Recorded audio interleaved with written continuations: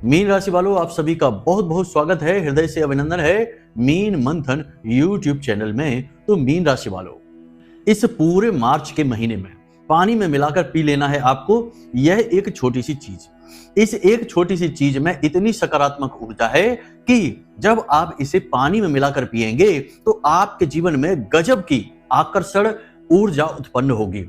और आकर्षण ऊर्जा एक चुंबकत्व होता है, एक गुरुत्व होता है, जिसके बल पर हम अपनी इच्छाओं और मनोकामनाओं को पूरी करवाते हैं। हम जहां भी बैठे हैं, दुनिया के जिस भी कोने में हैं, अपने स्थान पर बैठकर चीजों को खींचते हैं अपनी ओर। उसी को कहते हैं आकर्षण ऊर्जा। बंधु, इस एक चीज को जब आप पूरे मार्च के महीने या पूरे जीवन काल पानी में मिलाकर पीते रहेंगे तो आप जहां भी बैठे होंगे वहां आपकी खुशियां खिंचकर चली आएंगी। आपके जीवन से जो भी कष्ट, परेशानियां, कर्जे, काम धंधा, व्यापार नहीं चल रहा है, ये सारे कष्ट दूर भाग जाएंगे। और जो जो चीज आप चाहते हैं, किसी का प्रेम चाहते हैं, आपका वैवाहिक जीवन नष्ट हो रहा है, उसमें झगड़े हो रहे हैं, जीवन साथी से दूरियां बढ़ रही हैं तो उसकी नजदीकियां चाहते हैं, या फिर व्यापार में उन्नति चाहते हैं, माता लक्ष्मी का आशीर्वाद, कृपा चाहते हैं, करोड़ों की दौलत, धन चाहते हैं, सब कुछ खुद चलकर आपकी ओर आएगा। जी हाँ बंधुओं, ये वही विद्या है जिसे प्राचीन काल में राजा महाराजा यूज किया करते थे, धनाढ्य उच्च स्तरीय लोग यूज किया करते थे, प्रयोग किया करते थे। और सबसे बड़ी बात कि ऋषि मुनि भी इस क्रिया का प्रयोग करते थे। तभी तो जंगलों में होते थे, एकांत में होते थे, जहां पहुंच पाना भी मुश्किल होता था, पहाड़ों में, पर्वतों में, वहां पर भी लोग ढूंढते हुए उनके पास पहुंचते थे और उन्हें वह सब कुछ देने की कोशिश करते थे जो कि दुनियादारी के लोग चाहते हैं, जैसे धन हुआ, संपत्ति हुई और ना जाने क्या क्या। लेकिन ऋषि मुनि का मन है, लेंगे तो लेंगे, नहीं तो नहीं लेंगे। तो कुछ लोग ले लेते थे और बड़े बड़े आश्रमों का निर्माण करते थे और जन सेवा का कार्य किया करते थे। मतलब कहने का यह है कि एकांत जंगल में बैठकर भी वहां उन्होंने चीजों को आकर्षित करने की कला उत्पन्न की। इसी कला को उन्होंने अपने शिष्यों को सिखाया।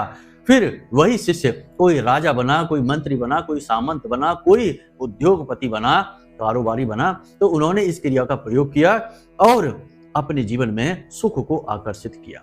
बंधु, एक कहावत हमारे दुनियादारी के समाज में चलन में चलती है कि अमीर हमेशा अमीर बनता है और गरीब हमेशा गरीब ही रहता है। आज की स्थिति में भी आप आसपास के वातावरण में ये चीज महसूस कर सकते हैं कि जो अमीर है वह तो और अमीर होता चला जा रहा है, दिन दूने रात चौगने तरक्की करता चला जा रहा है, और जो गरीब है वह गरीब ही बना हुआ है और ज्यादा गरीब होता जा रहा है।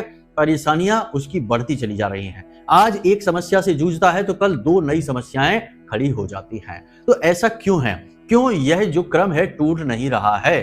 कारण इसका यह है कि आप यकीन मानिए, अमीर आदमी जो है वह कुछ न कुछ ऐसा अवश्य कर रहा है, उसके जीवन में गुप्त रूप से कुछ ऐसी क्रियाएं अवश्य वह कर रहा है जिनकी वजह से उसने अपने आसपास ऊर्जा का सकारात्मक एक ऐसा वातावरण, दिव्य वातावरण बना लिया है जो कि सारी सुख सुविधाओं को उसकी ओर आकर्षित कर रहा है, दुखों को दूर कर रहा है। और गरीब आदमी है वह अपने आसपास एक नकारात्मक ऊर्जा का वातावरण खुद ही बना लेता है, फिर वह उसे कभी तोड़ नहीं पाता और वह वातावरण उस तक ना तो ईश्वर की कृपा, ना ही उसकी खुद की मेहनत का फल और ना ही धन दौलत और खुशियां पहुंचने देती हैं। क्योंकि नकारात्मक ऊर्जा की खूबी है कि वह सारी चीजों को खुद ही सोख लेती है और जा तक कुछ भी नहीं पहुंच पाता। इसलिए आपने देखा होगा कि बहुत सारे ऐसे लोग होते हैं जो मंदिरों में प्रतिदिन जाते हैं, प्रतिदिन हनुमान चालीसा का पाठ करते हैं, प्रतिदिन भोले बाबा को अभिषेक, जलाभिषेक करते हैं, दुग्ध अभिषेक करते हैं, फिर भी उनके जीवन से कष्ट दूर नहीं हो पा रहे हैं क्योंकि पूजा पाठ का फल उन तक पहुंच ही नहीं रहा। नकारात्मक ऊर्जाओं ने सारा फल सोख रखा है, तो कैसे पहुंचेगा? तो आज के इस वीडियो में इसी रहस्य को हम खोलने जा रहे हैं कि कैसे आपके द्वारा किए गए हर एक जो क्रिया है, हर एक जो आपका कर्म है, उसका फल पहुंचेगा। कैसे नकारात्मक ऊर्जा के वातावरण को हम तोड़ देंगे और आपकी मेहनत का आपको पूरा फल दिलवाएंगे। आपकी एक छोटी सी पूजा पाठ का भी आपको पूरा फल प्राप्त होगा। बंधुओं, शास्त्रों में कहा जाता है कि आपके द्वारा की गई छोटी सी पूजा पाठ, यहां तक कि एक बार भी यदि आपने ईश्वर का नाम ले लिया तो वह खाली नहीं जाता है, उसका पुण्य प्रताप फल आपको अवश्य मिलता है। लेकिन यहाँ तो लोग जीवन भर से नाम लिए जा रहे हैं, मंत्रोच्चारण किए जा रहे हैं, तब भी उनके जीवन में ना तो फल प्राप्त हो रहा है, ना ही खुशियां आ रही हैं। कारण क्या है? यही कारण आज हम बताने जा रहे हैं, निवारण भी आपको देने जा रहे हैं। बस ठंडे दिमाग से कार्यक्रम को अंत तक देखना है। और एक बात आपको बता दें कि जिन लोगों को सचमुच में जीवन में बदलाव चाहिए, जो लोग सचमुच में अपने जीवन से जो दुख है उन्हें मिटाना चाहते हैं, कार्यक्रम केवल वही लोग देख पाएंगे जिन लोगों के जीवन में भगवान ने दुख लिख रखे हैं, यानी वे दुर्भाग्य लेकर ही पैदा हुए हैं, वे इस कार्यक्रम को बीच में ही छोड़कर चले जाएंगे। क्योंकि हमारे यहाँ एक कहावत कही जाती है, शास्त्रीय कहावत भी है कि जाको दुख दारुण प्रभु दीना, ताकि मति आगे हर लीना, यानी कि उसकी मति हर लेते हैं भगवान। यानी विनाश काले विपरीत बुद्धि जैसा है, तो अच्छी चीजें उसे रास नहीं आएंगी, ज्ञान की बातें उसे समझ नहीं आएंगी और हर बात में वह हड़बड़ी मचाएगा और एक दिन डूब जाएगा। तो बस यही हाल होगा। तो बस बंधुओं, हमें आपसे बस निवेदन यही है, यही कहना है कि कार्यक्रम में अंत तक ठहरिए। हम आपको बहुत ही श्रेष्ठ 5 बातें बताने जा रहे हैं, साथ ही साथ इस एक चीज के विषय में बताने जा रहे हैं जिसे आपको पूरे मार्च के महीने पानी में मिलाकर पीते रहना है। और गजब के चमत्कार आप खुद महसूस करेंगे। चुंबकत्व आपके अंदर आएगा, आकर्षण ऊर्जा आपके अंदर आएगी, आप चीजों को अपनी ओर चुंबक की तरह खींच कर लेकर आएंगे। अब तक जो भी चीजें हमने बताई हैं उन सबसे 1000 गुना ज्यादा ताकतवर यह एक चीज है। बस कार्यक्रम को अंत तक देखें, सारी बातों को समझें। चलिए कमेंट बॉक्स में माई को जय मां भद्रकाली लिखकर आभार व्यक्त करिए। और नए हैं चैनल पर, पहली बार आए हैं तो चैनल सब्सक्राइब करके कमेंट बॉक्स में लिख डालिए कि मैं भी माई के परिवार का हिस्सा हूं। चलिए बंधुओं, अपने मूल विषय को शुरू करते हैं। ध्यान से सुनिए। कब आप जीवन में तरक्की करेंगे, कब आपके जीवन में बाधाएं आएंगी, कब रोग आएंगे, कब दुर्घटना होगी, कब आपकी संतान होगी, कब आपका विवाह होगा, ये सारी बातें जानने का क्या तरीका है? अक्सर लोगों के मन में यह उत्सुकता रहती है। या फिर जीवन में इतनी उथल पुथल क्यों है, परेशानियां क्यों हैं, क्यों हर पल केवल और केवल टेंशन है, कोई भी काम कर लो उसमें कामयाबी नहीं मिलती है। इन सब का कारण बताना और उनका समाधान कहां से प्राप्त होगा? केवल एक ही मार्ग है, आपकी कुंडली। आपके पैदा होते ही आपके पूरे जीवन की कहानी ग्रह नक्षत्रों के आधार पर लिख दी गई है। आपके जीवन की एक सिंगल घटना भी उस कुंडली के दायरे से बाहर नहीं जाएगी। यदि आपको भी अपने जीवन में श्रेष्ठ मार्गदर्शन की तलाश है और जीवन की समस्याओं का कारण जानना है तो नंबर हमने दे रखा है वीडियो में, इस नंबर पर फोन करिए। 10 बजे से 4 बजे के बीच कभी भी फोन करके अपनी डिटेल बताइए, एक छोटी सी दक्षिणा के साथ अपनी कुंडली का श्रेष्ठतम आकलन करवा डालिए। तो बंधुओं, हमारे हिंदू धर्म में कुछ चीजें ऐसी बताई गई हैं जिन्हें शुद्ध देवी या देवता का स्वरूप माना जाता है। नदियों में गंगा और यमुना, और पेड़ पौधों में बट वृक्ष, पीपल का वृक्ष, और सबसे उत्तम तुलसी मैया का जो पौधा होता है, इन्हें देवी देवताओं का स्वरूप माना गया है। और भी बहुत सारी चीजें हैं, लेकिन फिलहाल हम यहाँ पर 3-4 चीजों की बात करेंगे और इन सबसे महत्वपूर्ण हम आपको बताएंगे कि कौन सी ऐसी चीजें हैं जिनकी वजह से आपके आसपास नकारात्मक ऊर्जा का वातावरण निर्मित होता है। तो सबसे पहले आपको 3 बातें समझनी चाहिए। पहली बात यह है कि आपके अपने घर में कहीं ना कहीं दोषपूर्ण चीजें एकत्रित हो रखी हैं। इन चीजों पर नजर मारिए, एक बार अपने घर को अच्छी तरह से घूम कर देखिए तो सही। आपके घर के मुख्य दरवाजे पर कहीं गंदगी रहती है, आपके घर के मुख्य दरवाजे पर जूते चप्पल उतरे रहते हैं, उन्हें साइड में कर दीजिए। एक जगह उन्हें एक ऐसी अलमारी जैसी बनवाइए जिसमें कि वो अंदर पैक हो सके। जूते चप्पल खुले पड़े नाश की निशानी होती है, बर्बादी की निशानी होती है, नहीं होने चाहिए। पहली चीज ये। दूसरी चीज ये कि आपके घर की जो दहलीज है वह नीची है और टूटी हुई है, उसे सही करवा दीजिए। इसके साथ साथ आपके घर के जो नल हैं वहां से पानी टपकता रहता है, या आप स्वयं ही पानी की बर्बादी बहुत अधिक करते हैं। जरा से काम के लिए दुनिया भर का पानी फैला देते हैं, बर्बाद कर देते हैं। बंधुओं, याद रखना कि जिस संसार में हम रहते हैं, इस धरती लोक में, इस संसार में रहते हैं, यहाँ प्रकृति का आधार जल है, इसीलिए जल को जीवन कहा गया है। तो यदि आप प्रकृति के आधार का अपमान करेंगे तो प्रकृति का अपमान यानी भगवान का अपमान कर रहे हैं, क्योंकि यह प्रकृति भगवान का ही स्वरूप है, तो भगवान का अपमान कर रहे हैं। तो इसीलिए हमारे शास्त्रों में कहा गया है कि जल को कभी बर्बाद नहीं करना चाहिए, इसकी एक एक बूंद दैवीय होती है। हर एक पूजा पाठ कर्म में, हर एक विशेष जो शुद्ध क्रिया होती हैं, सब में जल का प्रयोग होता है। बिना जल के पूजा पाठ हो पाना किसी भी देवी देवता की असंभव है, तो आप यहीं से समझिए। तो जल की बर्बादी यानी नल टपकते रहते हैं, टोंटी बदला दीजिए, नए टोंटी लगाइए जहां से नल ना टपकता हो, पानी ना टपकता हो। पानी का जितना हो सके उतना सदुपयोग कीजिए, दुरुपयोग नहीं कीजिए। यह फ्री में नहीं मिला है, इसकी भी कीमत चुकाई जाती है। ये बात अलग है कि आपको नहीं पता चलेगा कि कीमत कब चुकाई जाएगी।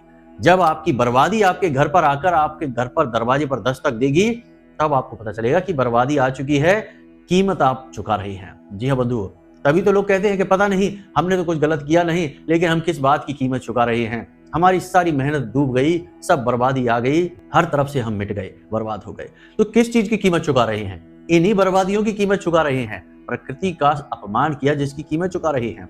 समझ तो नहीं आता है लोगों को कि हम कहां से कैसे तार जोड़े। हम आपको बता रहे हैं सारी चीजें। दूसरा सबसे महत्वपूर्ण बात कि अपने स्वयं के आचरण पर भी हमें गौर करना होगा। अपनी आदतें, सूर्योदय होने के बाद भी सो रहे हैं, सूर्य देवता का अपमान। सबसे बड़ी बात कि नारायण, श्री हरि विष्णु और माता लक्ष्मी का अपमान हो गया, क्योंकि शास्त्रों में लिखा है, शिव पुराण में लिखा है कि सुबह के समय माता लक्ष्मी भगवान नारायण श्री हरि विष्णु के साथ इस संसार के भ्रमण पर निकलती हैं। और जिस इंसान के घर में सूर्योदय से पहले जागरण हो जाता है, पूजा पाठ आदि कर्म होते हैं, उस घर में प्रवेश कर जाती हैं नारायण श्री हरि विष्णु के साथ। लेकिन जिस घर में उल्टा होता है, यानी कि सूर्योदय के बाद भी लोग सो रहे हैं और गंदगी रखते हैं, उस घर में लक्ष्मी नाराज होकर वापस चली जाती है। तो ये शास्त्रीय बातें हैं, ये बातें भी जीवन में असर करती हैं, माने आप चाहे ना माने। आप हमारे कहने से केवल 10 दिनों तक सूर्योदय से पहले बस जाग कर कुछ जरूरी क्रियाएं करना सीख लें और आपको अद्भुत परिणाम महसूस होंगे जीवन में। बिगड़े हुए काम भी बनने लग जाएंगे, हम गारंटी देते हैं इस बात की। अपना अनुभव बताते हैं और जिनको हमने बताया उनके जीवन के अनुभव आपको बता रहे हैं, इसलिए इन बातों को हल्के में मत लेना। तो सूर्योदय से पहले जाग जाना है। सूर्य देवता को अर्घ आपको अवश्य देना ही देना है। सूर्य देवता हमारे शास्त्रों में 4 प्रमुख देवताओं में शामिल हैं। तो इनको जो खुश रखता है वह इस संसार को खुश रखता है, प्रकृति को खुश रखता है और अपने जीवन में खुशियां लेकर आता है। प्राचीन परंपरा है, पुराने जमाने में हर इंसान सूर्य देवता को अर्घ दिया करता था, लेकिन अब लोग भूल चुके हैं इस विधि को। आप अपने जीवन में शामिल कर लीजिए। बंधु, अब ध्यान से सुनिए, हम आपको बताने जा रहे हैं कि आपके आचरण में कौन सी हैं वो 3 गलतियां जिन्हें आपको तुरंत इसी समय सुधार लेना चाहिए। फिर हम आपको बताएंगे उस एक चीज के विषय में भी। तो पूरे गौर से कार्यक्रम को समझना है। 3 कमियां आपके आचरण की हैं, क्योंकि बंधु अपनी कमी अगर आप नहीं निकालेंगे, दूसरों में ही खोट देखते रहेंगे, तो फिर ये तो बहुत ही गलत हो जाएगा। इस तरह तो आपके जीवन में बदलाव नहीं आएंगे, पॉजिटिव एनर्जी नहीं आएगी, आपका ऊर्जा क्षेत्र नकारात्मक रहेगा। तो फिर खुद की कमियां। सबसे पहली कमी, गलत जगह पर क्रोध करना और बिना मतलब में क्रोध को बढ़ाना और करना, ये आपकी कमी है। आप यकीन मानिए, अपने दिल पर हाथ रखकर, हृदय पर हाथ रखकर और खुद हमें बताइए विचार करने के बाद कि आपको क्रोध आता है कहीं और आपका क्रोध निकलता है कहीं और। किसी और चीज पर गुस्सा आया, किसी और इंसान पर गुस्सा आया, आपने वहां तो नहीं निकाला, लेकिन किसी और इंसान पर छोटी सी कमी उसकी पकड़ ली और दुनिया भर का गुस्सा उसके ऊपर निकाल दिया। यह आपकी कमी है कि नहीं? आप समझिए, जब भी आप क्रोध करते हैं, नकारात्मक ऊर्जा आपकी ओर आकर्षित होती है।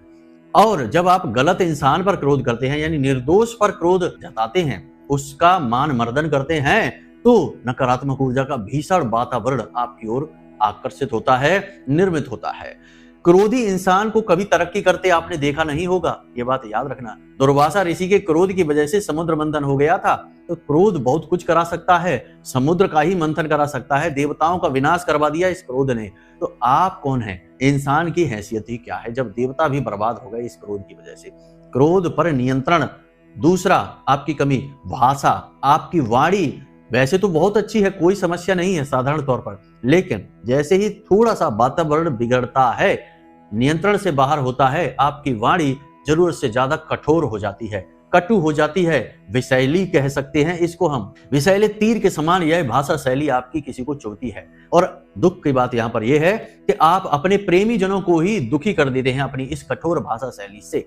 आपकी भाषा शैली आपके बुध को खराब कर देती है, शुक्र को खराब कर देती है और राहु को एक्टिव कर देती है नकारात्मक रूप से।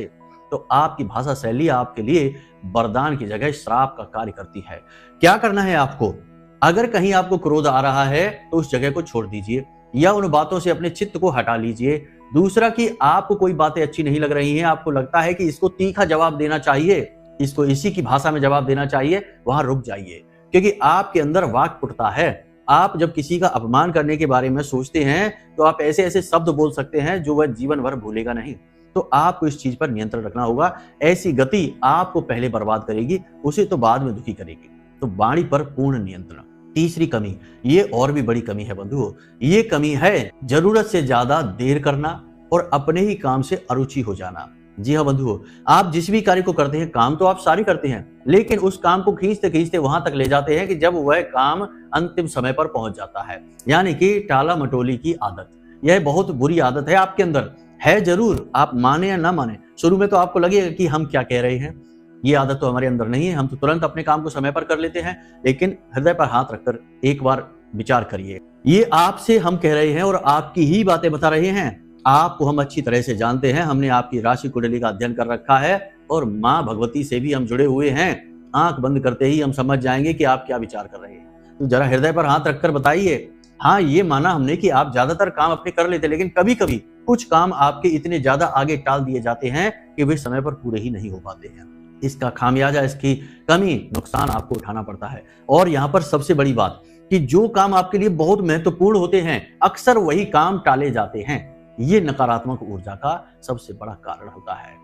अपने ही काम से अरुचि उत्पन्न हो जाना। उस समय तो आपको अपना काम अच्छा लगता है, लेकिन जैसे ही उस काम में उतार चढ़ाव शुरू होते हैं, खींचतान का समय आता है, आपको अपने काम से अरुचि उत्पन्न हो जाती है, नकारात्मकता उत्पन्न हो जाती है। बहुत ही गलत बात है यह। ये 3 आदतों को आप सुधार लीजिए, फिर इसके बाद आप इस प्रयोग को करना शुरू करिए जो हम आपको बताने जा रहे हैं।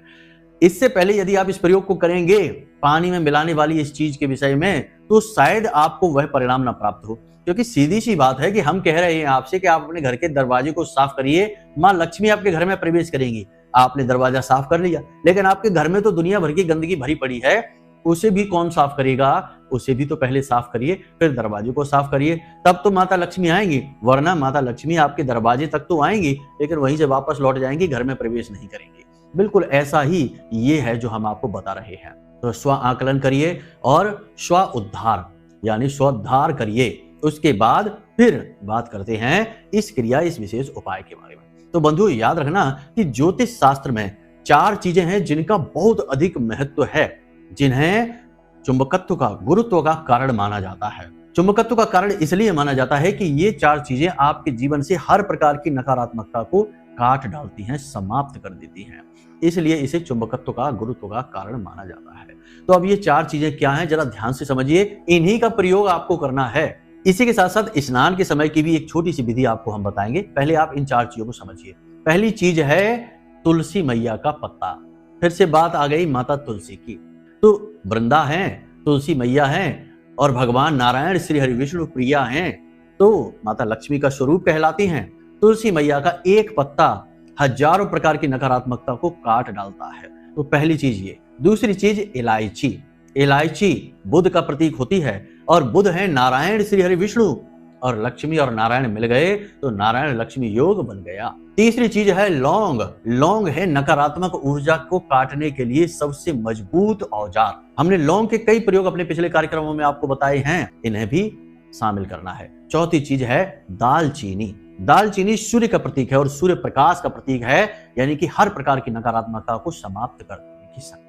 अब यहाँ पर हमने 4 चीजें बताई ज्योतिष के अनुसार, जो बहुत ही महत्वपूर्ण, बहुत ही शक्तिशाली और इन्हें उपभोग किया जाता है, यानी कि इन्हें ग्रहण किया जाता है, धारण नहीं। वैसे कई प्रयोग कई तरीके से किए जाते हैं, धारणम है और स्पर्शम है और ग्रहणम है, तो इसे आपको ग्रहण करना पड़ता है। अब इसे कैसे ग्रहण करते हैं, इसे आप ध्यान से समझिए। रात्रि को जब आप सोने जाते हैं, अपने बिस्तर के सिरहाने आपको एक पात्र लेना है। तांबे का पात्र लेंगे तो सर्वोत्तम रहेगा, लोहे का, स्टील का नहीं लेना है, कांच का भी ले सकते हैं।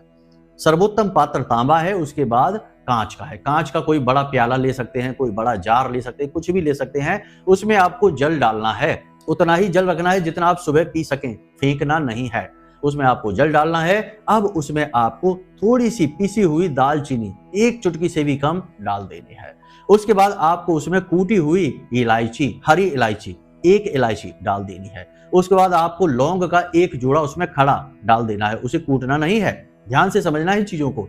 फिर उसके बाद केवल 1 तुलसी मैया का पत्ता उसमें डाल देना है। बस इतनी सी चीजें आपको डालनी है और उसे ढककर अपने सिरहाने रख दीजिए। शास्त्रों में तो यहां तक कहा गया है कि यदि इस सामग्री को सिरहाने रखकर ही कोई सो जाए तो उस पर माता लक्ष्मी, मां भगवती की विशेष कृपा होती है। माई उसे बहुत प्रेम करने लगती हैं, बिल्कुल अपने बालक के समान। उसके जीवन के सारे दुख हर लेती हैं। लेकिन यदि इसे एक विशेष विधि के द्वारा प्रयोग कर लिया जाए, यानी ग्रहण कर लिया जाए, तो इसका बहुत अधिक लाभ मिल जाता है।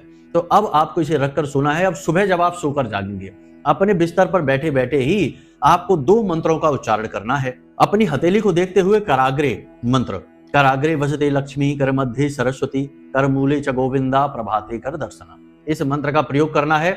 उसके बाद आपको 3 मंत्र, 3 देवताओं का आभार व्यक्त करना है। ये 3 देवताओं का आपके ऊपर बहुत बड़ा कर्जा है, इनका आपको आभार व्यक्त करना ही होगा। आपके जीवन की सदगति के लिए ये 3 देवता जिम्मेदार हैं। तो 3 देवता कौन से हैं? स्थान देवताभ्यो नमः, स्थान देवताभ्यो नमः, ठीक है, 3 बार बोलना है ये। उसके बाद पितृ देवताभ्यो नमः, आपके पितृ हैं, पितृ देवताभ्यो नमः, ठीक से उच्चारण समझिए, 3 बार ये भी बोलना है। उसके बाद कुल देवताभ्यो नमः, कुल देवताभ्यो नमः 3 बार बोलना है। यानी कि 3-3 बार ये मंत्र आपने बोले। स्थान देवताभ्यो यानी उस स्थान पर जहां आप बैठे हैं, यह धरती अनंत काल से है, तो इस धरती पर उस स्थान पर कभी ना कभी किसी न किसी देवता का वास अवश्य रहा ही है। तो उस देवता को नमन, क्योंकि देवता कभी नहीं मरते, इंसान मरते हैं, देवता अमर होते हैं। तो वो जानते हैं, देख रहे हैं कि आप वहां रह रहे हैं, उनके द्वारा दी गई जमीन का आप प्रयोग कर रहे हैं। बेशक आपने उसका मूल्य चुका दिया हो, परंतु मूल्य पैसे से चुकाया है, अपने कर्म से नहीं, अपने आभार से नहीं। और देवताओं को पैसे की जरूरत नहीं होती, पैसे का मूल्य वो नहीं मानते, भौतिक चीजें नहीं मानते, वो आपके आभार, आपके कर्म, आपके कर्तव्य को मानते हैं। आभार, ठीक है, यहां तक समझ आ गया। स्थान देवताभ्यो नमः, कुल देवता और पितृ देवता, ये तो आपके ही देवता हैं, इनका सुबह सुबह आप आभार व्यक्त करिए। फिर उसके बाद जब आप जमीन पर पैर रखें, उससे पहले आपको यह जल हाथ में लेना है और इस जल को देखना है। इस जल के अंदर ऐसे झांक कर देखना है और अपने मन में अपनी इच्छा, मनोकामना की, आज के दिन आज मेरी यह इच्छा पूरी होगी। कोई भी इच्छा, आपको नौकरी चाहिए, व्यापार चाहिए, अच्छा व्यापार, तो आपको मन में कल्पना करनी है कि आज के दिन मेरी दुकान पर बहुत अच्छी बिक्री हुई है यानी हो चुकी है, इस प्रकार से लेना है। यानी यह धारणा है, इसे धारणा कहते हैं। धारणा का मतलब होता है कि जो चीज आप चाहते हैं अपने जीवन में, उसे धारण कर लीजिए, उसके मन में संकल्प कर लीजिए। तो ये धारणा है। जैसे नौकरी चाहिए तो आपको मन में करना है कि मेरी बहुत अच्छी नौकरी लग चुकी है। पति पत्नी में क्लेश रहता है, प्रेम चाहिए तो मेरे पति मुझसे बहुत अधिक प्रेम करते हैं। ऐसे पानी में देखकर आपको मन ही मन सोचना है थोड़ी देर के लिए, और उसके बाद उस पानी को पी जाना है। उसमें जो लौंग पड़ी हैं, उन लौंगों को आपको निकालकर बाहर फेंक देना है। बेहतर होगा कि आप किसी पौधे की जड़ में उसे डाल दें। आपके घर में जो भी पौधा हो, देवी देवताओं का या कैसा भी, उस पौधे की जड़ में उसे डाल दें लौंग को, और जो बाकी चीजें हैं उन्हें चबाकर खा जाएं, ग्रहण कर लें। लौंग नहीं खानी है क्योंकि वह नकारात्मक ऊर्जा को धारण करती है, क्योंकि हर प्रयोग में नकारात्मक ऊर्जाएं भी होती हैं, किसी न किसी प्रकार की, उन्हें हटाना आवश्यक है, इसलिए लौंग डाली जाती है। बाकी आप उसे धारण कर जाइए, खा जाइए, चीजें जो बची है उन्हें निगल जाइए, बस इतना करना है। उसके बाद आपको जमीन पर जब पैर रखें, उस समय भी बहुत जरूरी है इस एक मंत्र का, क्योंकि कराग्रे मंत्र से शुरू हमने किया है। अगर हम इस मंत्र को नहीं बोलेंगे तो यह बात अधूरी रह जाएगी, और अधूरी बात कभी फलित नहीं होती है। इसलिए इस एक मंत्र के साथ आप अपने पैर जमीन पर रखेंगे। तो मंत्र आपके मोबाइल की स्क्रीन पर दिखाई दे रहा है, इस मंत्र को ध्यान से समझिए। समुद्र वसने देवी पर्वतस्तन मंडते विष्णु पत्नी नमस्तुभ्यम पादस्पर्शम क्षमस्व मे।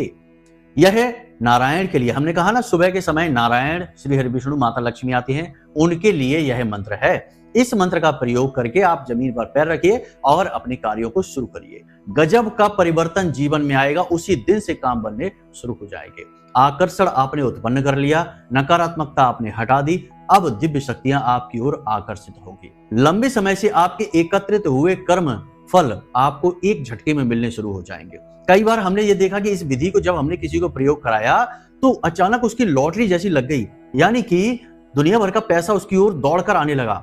यानी कि जहां दुकान पर पहले 200-400 रुपए की बिक्री होती थी, 10-10 हजार की बिक्री होने लगी एक आध महीने के अंतर में। अचानक नहीं होता, एक आध महीने के अंतर में, और वह लाखों करोड़ों में खेलने लगा बहुत सारी चीजों से, अलग अलग तरीके से। जब भगवान देना चाहते हैं तो जाने कहां कहां से रास्ते बना देते हैं। ये याद रखना, हमारी बुद्धि से परे है भगवान के कार्य करने के तरीके, हम नहीं समझ सकते।